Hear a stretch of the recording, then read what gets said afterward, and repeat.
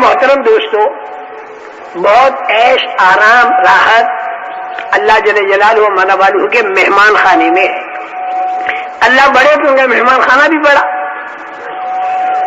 جنت کی نعمتوں میں 3 خوبیاں بڑی بڑی۔ ایک تو ہر نعمت مقدار میں زیادہ ہوگی، تعداد میں زیادہ ہوگی، اور دوسرے کی قسم اعلیٰ ہوگی، اور تیسرے ہمیشہ کے لیے رہے گی۔ دنیا کی ہر نعمت میں یہ 3 کمزوریاں ہیں۔ ایک تو دنیا کی ہر نعمت تھوڑی مقدار میں، دوسرے کی قسم ادنا لو کوالٹی، اور تیسرا ختم ہونے والی۔ دنیا کی ہر نعمت ختم ہونے والی۔ یہاں کے مکانات مٹی کے بنے تھے، وہاں سونے چاندی کے بنے ہوئے۔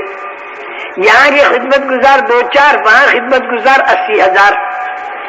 یہاں حلال کی بیویاں صرف 4، اور حرام کا اگر کام کرے تو وہ بھی انسان میں اتنی طاقت نہیں جو زیادہ عورتوں کو استعمال کر سکے بیک وقت، لیکن وہاں حلال کی 70 کم سے کم۔ اور اگر اللہ تعالیٰ درجات کو بلند کرے تو 25 لاکھ حوروں والی جنت ملے گی نبیوں کو، اور جنہوں نے نبیوں کے ترتیب پر صدیقی مقام حاصل کیا ہو، اور جنہوں نے دین کا کام کرتے کرتے اپنی جان دے دی ہو، ان کو 25 لاکھ حوروں والی جنت ملے گی۔ اور 25 لاکھ حوروں کے معنی یہ نہیں کہ مرغی کے دڑبوں کی طرح ان کے دڑبے بنے ہوں گے، یہ نہیں، بلکہ 500 دروازے ہوں گے اس جنت کے، اور ہر دروازے پر 5-5 ہزار حوریں ہوں گی، اور ان حوروں کا بھی ایسی معاملہ نہیں ہوگا کہ سب جمع ہوں گی، بھیڑ لگ رہی ہوگی، یہ نہیں، بلکہ ایک حور کے معنی ایک بیوی، اور اس بیوی کے جتنے انتظامات ہوتے ہیں، باغات ہیں، نہریں ہیں، غلمان ہیں، خدمت گزار ہے، پورا انتظام، پھر دوسری، پھر تیسری، یہ اعلیٰ درجے کے ہوں گے۔ تو میں عرض کر رہا ہوں کہ نعمت کی وہاں تعداد بھی زیادہ، یہاں کم، یہاں قسم بھی ادنا، وہاں قسم اعلیٰ۔ دنیا میں ادنا قسم، کھانا کھاؤ پیٹ میں جا کے گندگی بنے، وہاں کھانا کھاؤ تو گندگی نہیں بنتی، خوشبودار ڈکار بنی، کھانا ہضم، خوشبودار پسینہ نکلا، کھانا ہضم۔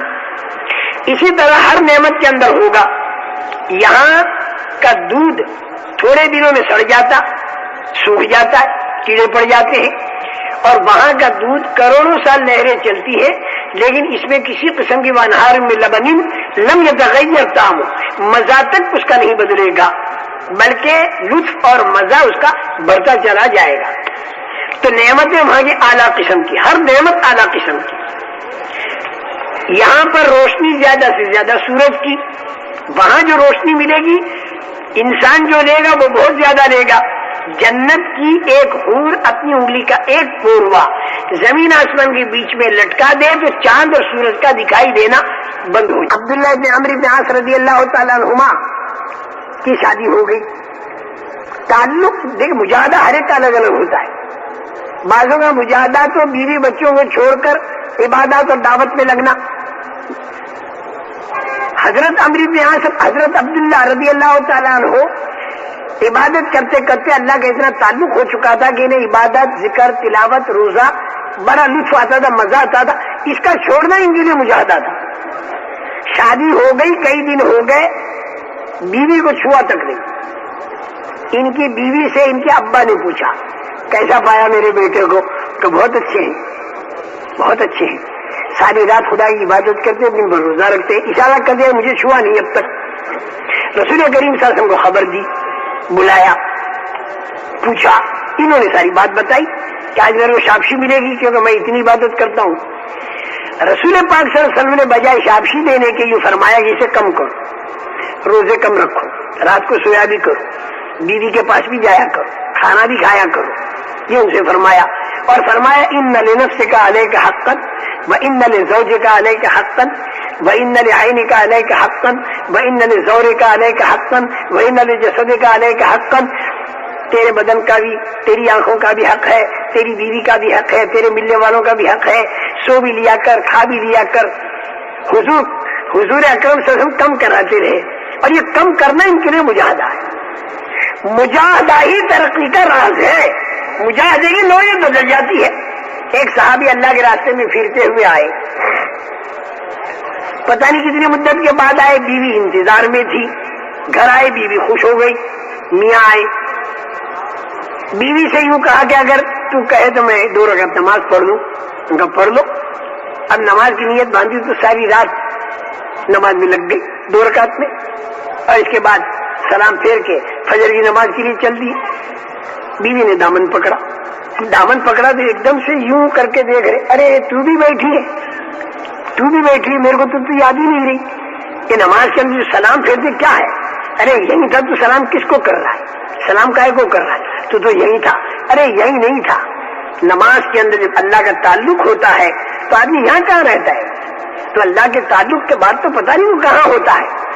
اور اس کے بعد پھر آیا وہ السلام علیکم ورحمۃ اللہ، السلام علیکم۔ بھائی نماز کے اندر میں کھا بھی نہیں سکتا، پی بھی نہیں سکتا، ادھر ادھر کا دھیان بھی نہیں کر سکتا، اب میں نے سلام پھیر دیا بھائی، اب یہ چیزیں میرے لیے جائز ہو گئی۔ بیوی سے کہا اچھی بات ہے، آج تو مجھے یاد نہیں رہی کیونکہ میں نماز کے اندر قرآن پڑھ رہا تھا، جنت اور جہنم میرے سامنے تھی، تو مجھے تو یاد نہیں رہی، یہ کل دیکھیں گے۔ اب بتاؤ ایسا آدمی بیوی سے ملے تو اس کے لیے مجاہدہ ہوگا نہیں ہوگا؟ اس کا بیوی سے ملنا مجاہدہ، کسی کا بیوی کو چھوڑ کر جماعتوں میں جانا مجاہدہ، اور کسی کو زبردستی مشورے کر کے 1-2 دن کے لیے بیوی کے پاس بھیجنا، اس کا جانا مجاہدہ۔ ہر ایک کا مجاہدہ الگ الگ ہے بھائی۔ ترقی اس انسان کی مجاہدات میں ہے، لیکن یہ مجاہدہ آدمی خود تجویز نہ کرے، اس کے اندر نفس آ جائے گا، جہاں نفس آیا مجاہدہ گیا، نفس جو ہے خدا سے دور کر دے گا، نفس آیا مجاہدہ گیا، چاہے ظاہر میں خود تکلیف اٹھاتا دکھائی دے رہا ہو آدمی، لیکن اس میں نفسانیت آگے شہید ہے، کتنی تکلیف اٹھا کے شہید بنا ہوگا، سخی کتنی مال کی قربانی دی ہوگی، قاری زندگی میں کتنی قرآن کی خدمت کی ہوگی، ساری قربانیاں ہیں، لیکن ان قربانیوں اور مجاہدوں کے اندر نفس آیا تو ان اللہ مجاہدہ لے، والذین جاہدوا فینا، اللہ کی نسبت پر مجاہدہ ہے تو وہ اللہ سے ملائے گا۔ اور ترکیب اس کی میں بتا دوں، دنیا کو اگر کر دیا آگے، دین کو کر دیا پیچھے، تو یہ دین جو ہے یہ دنیا بن جائے گا، یاد رکھنا۔ اور اگر دین کو کر دیا آگے اور دنیا کو کر دیا پیچھے، تو یہ دنیا جو ہے یہ دین بن جائے گی۔ اگر دین کو آگے کیا، دنیا کو پیچھے کر دیا، تو یہ آدمی بیوی کے منہ میں لقمہ ڈال کر سکتے کا ثواب لے گا، بیوی کے منہ میں لقمہ ڈالنا بھی دین۔ اور یہ آدمی اگر کاروبار کرے تو قیامت کے دن نبیوں، صدیقوں اور شہیدوں کے ساتھ اس کا حشر ہوگا، جیسا کہ رسول پاک صلی اللہ علیہ وسلم نے ارشاد فرمایا، کھیتی کرے تو 1-1 دانے پر صدقے کا ثواب ملے گا، بشرطے کہ یہ دین کو آگے کر دے، دنیا کو پیچھے کر دے، دین کے تقاضے اس کے سامنے ہو اور دنیا کے تقاضے پیچھے ہو، اسی بنیاد۔ اور اگر دنیا کو آگے کر دیا، دین کو پیچھے کر دیا، تو دین کا کام بھی دنیا بن جائے گا، یہاں تک کہ شہید، سخی، قاری بننا بھی دنیا داری بن جائے گی۔ اگر اس کے دل کے اندر دنیا کی محبت بھری ہوئی ہے اور دنیا اس کے آگے ہے تو اس کا دین بھی دنیا بن جائے گا۔ صحابہ کے ہاتھ میں ملک اور مال آیا ضرور، لیکن ان کی قربانیاں ملک اور مال کے لیے نہیں تھی۔ ایک تو ملک اور مال کے لیے دین کا کام کرنا، پھر تو دنیا داری ہوگی، اور ایک دین کا کام کرنا اللہ کو راضی کرنے کے لیے، اور پھر ملک اور مال ان کے قدموں پر آ گیا، یہ الگ بات تھی۔ انہوں نے ملک اور مال پر دین کو کیسے چلانا یہ بتا دیا۔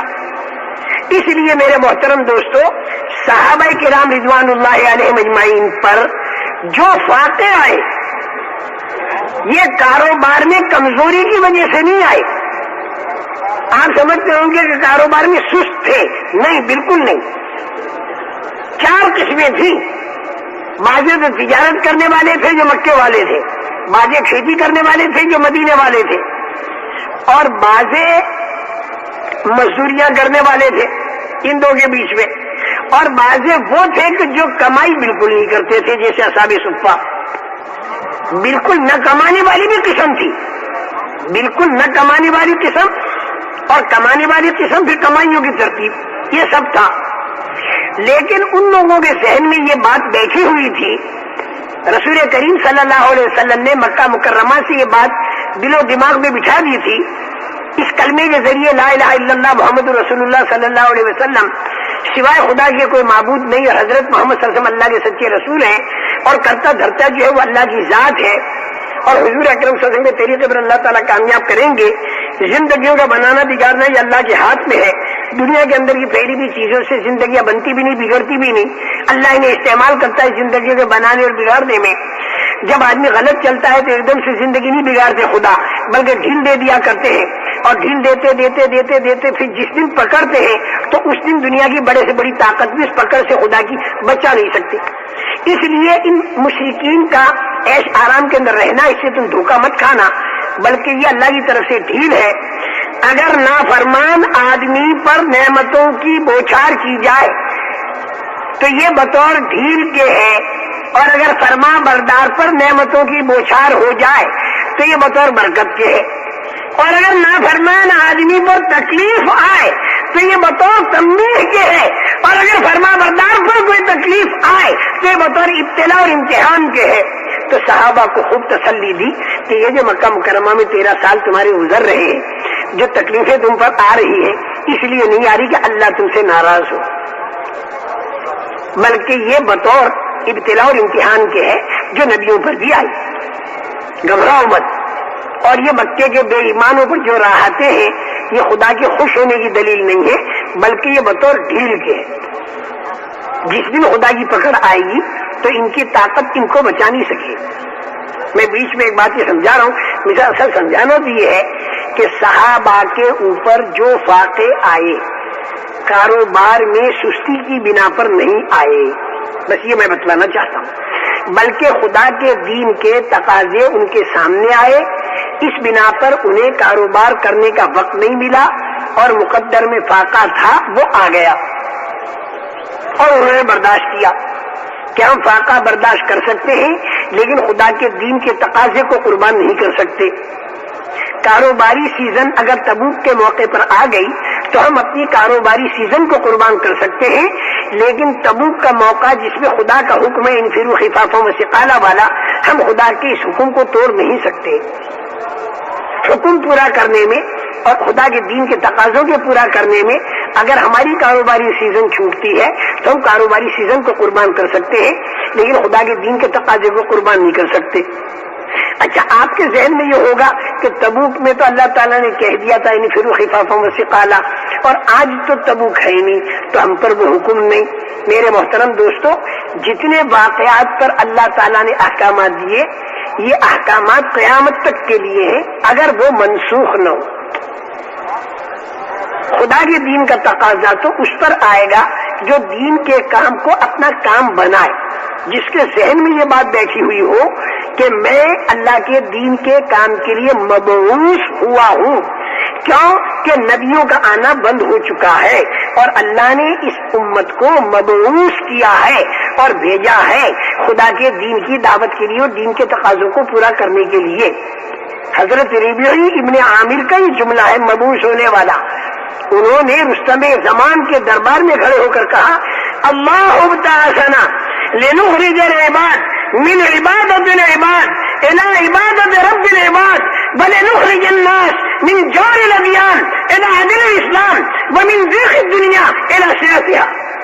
اللہ نے ہم کو بھیجا ہے، اللہ نے ہم کو مبعوث کیا ہے تاکہ بندوں کو بندوں کی غلامی سے نکال دے اور خدا کی غلامی میں داخل کرے، اور مختلف طریقوں کے مظالم سے نکالے اور اسلام کے انصاف میں داخل کرے، اور دنیا کی تنگی سے نکال کر دنیا کی فراخی میں داخل کرے۔ تو جو آدمی کے ذہن یہ ہے کہ میں تو اللہ کے دین کے کام کے لیے بھیجا گیا، تو خدا کے دین کا تقاضا اس کے سامنے آئے گا۔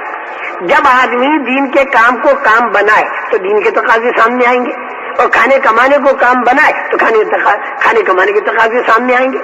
تبوک والا تقاضا تو، بدر والا، احد والا، خندق والا تقاضا تو اس وقت ان کے سامنے آیا جب انہوں نے دین کے کام کو کام بنایا، اور اگر وہ دین کے کام کو کام نہ بناتے تو نہ بدر ہوتا، نہ احد ہوتا، نہ خندق ہوتا، کچھ بھی نہ ہوتا۔ یہ سارے واقعات تو اس لیے ہوئے کہ انہوں نے دین کے کام کو کام بنایا۔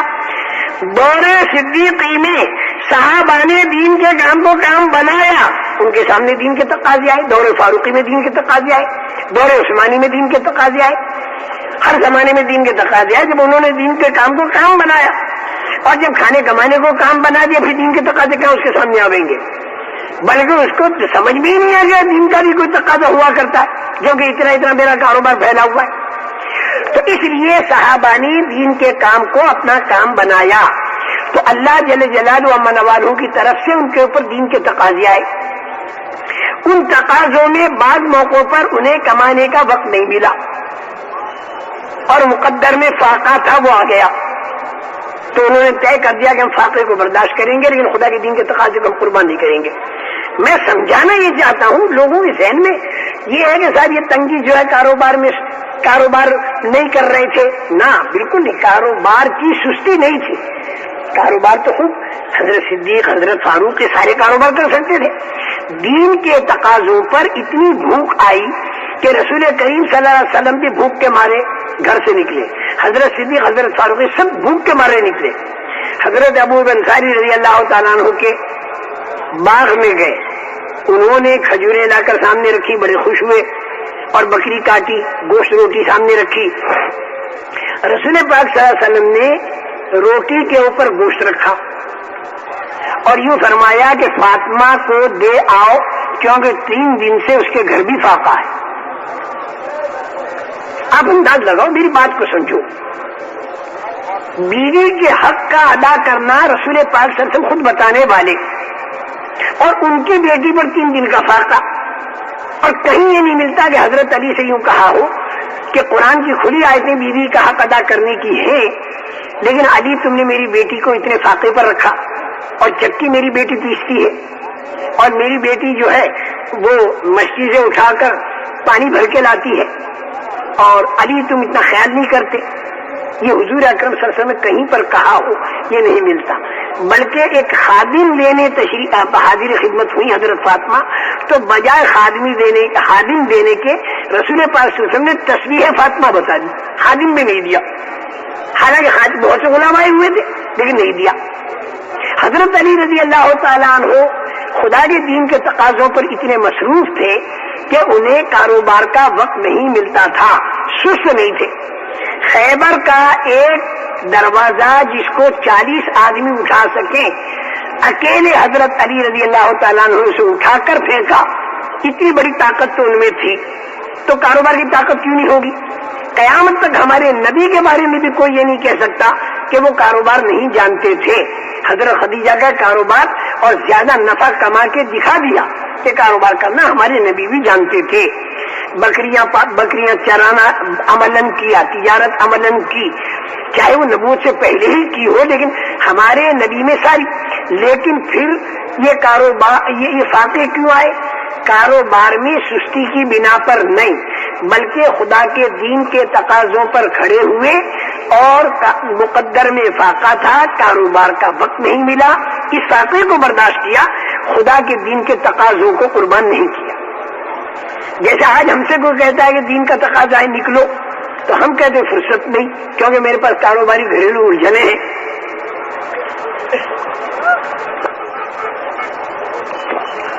حضرت علی سے بھی اگر کوئی یہ کہے کہ اہلیہ محترمہ پر واقع ہے کچھ کاروبار تو کرو، تو ان کا زبان حال یہ بتا رہی تھی کہ کاروبار تو میں کروں ٹھیک ہے لیکن میں کیا کروں، کچھ دین کے تقاضے اتنے آ گئے کہ میرے کو کاروبار کی فرصت ہی نہیں ملی۔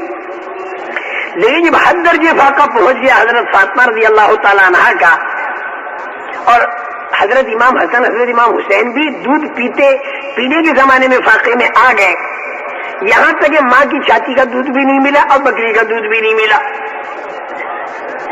اب حضرت علی مزدوری کرنے تشریف لے گئے اور ایک مٹھی بھر کھجوریں حاصل ہو گئی تو واپس آ گئے، ان کا بھائی بہت شدید ضرورت پیش آ گئی، اب میرے کو کاروبار کرنا چاہیے۔ اور وہ باغ والا کہتا ہے ایک ڈول پر ایک کھجور، مٹھی بھر کے چلے آئے، باغ والا کہتا ہے میرا کام تو بنا نہیں، ان کا تیرا بنے نہ بنے میرا تو بن گیا، میرا تو کام بن گیا۔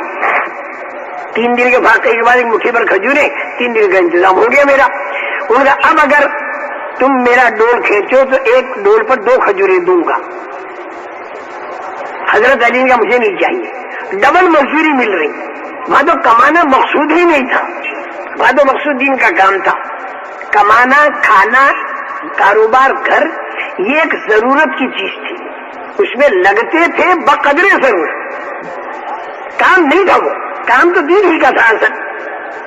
لیکن حضور اکرم صلی اللہ علیہ وسلم نے حضرت علی سے یہ نہیں کہا کہ میری بیٹی پر فاقے کیوں آئے، اور پھر بھی بیوی کا حق ادا ہو رہا ہے، فاقوں کے باوجود بھی قیامت کے دن حضرت علی کی پکڑ نہیں ہوگی کہ تم نے اپنی بیوی کو فاقے میں کیوں رکھا، اس لیے کہ بیوی کا بھی ذہن تھا کہ اللہ کا دین دنیا کے اندر زندہ ہو جائے، اس کے لیے اللہ نے ہم کو بھیجا ہے، اس بنا پر ہمارے میاں کو کمانے کی فرصت نہیں ملی اور مقدر کے فاقے آئے تو ہم بھی اس تکلیف میں شریک رہیں گے، تو ہمارے میاں جنت کے جون سے درجے میں جائیں گے، جنت کے اس درجے میں ہمیں بھی جانے ملے گا۔ یہ عورتوں تک کا ذہن، میں آپ کو اس لیے بتا رہا ہوں تم اپنی عورتوں کا بھی ذہن بناؤ، اپنی عورتوں کا یہ ذہن بناؤ کہ ہم تو خدا کے دین کے کام کے لیے آئے ہیں، ہم کھانے کمانے کے لیے نہیں آئے، یہ تو ضرورت کی چیز ہے، اس کو ہم بقدر ضرورت کریں گے۔ اور بعد موقع خدا کے دین کے تقاضے ایسے آ گئے کہ کاروباری سیزن ہمیں چھوڑنی پڑی، ہم کاروباری سیزن کو بھی چھوڑیں گے، کیونکہ پالنے والے اللہ ہیں، زندگیوں کو بنانے والے اللہ ہیں، جب وہ زندگیوں کے بنانے پر آئیں گے تو تھوڑے پیسوں میں زندگی وہ بنا سکتے ہیں، اور جب زندگی بگاڑنے پر آتے ہیں تو زیادہ پیسے دے کر بھی زندگی بگاڑ سکتے ہیں۔ کرتا دھرتا تو اللہ کی ذات ہے، ہمیں تو اللہ کے دین کے تقاضوں پر رسول پاک صلی اللہ علیہ وسلم کے بتائے ترتیب کے اوپر ہمیں رہنا ہے۔ ساری کی ساری سب بھوک کے مارے گر پڑتی تھی، کپڑے بھی اتنے نہیں تھے جس سے 70 چھپاویں، 70 آدمی ایک دوسرے کی اوٹ میں رہ کر 70 چھپا دے دیں۔ دین کے کام کی بنیاد ملک اور مال نہیں، بلکہ دین کے کام کی بنیاد ملک اور مال کی قربانی ہے۔